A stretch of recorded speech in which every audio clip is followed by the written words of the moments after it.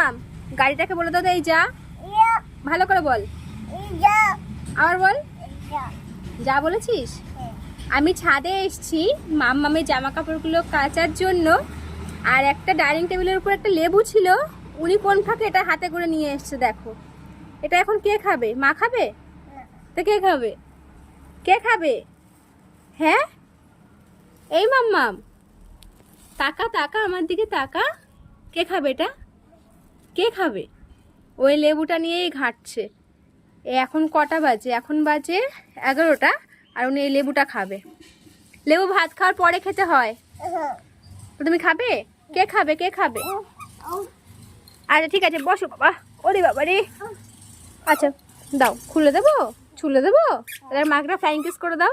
ওরে সব করবে, এবার একটা হাম্পি দিয়ে দাও। ওলে বাবা, ঠিক আছে।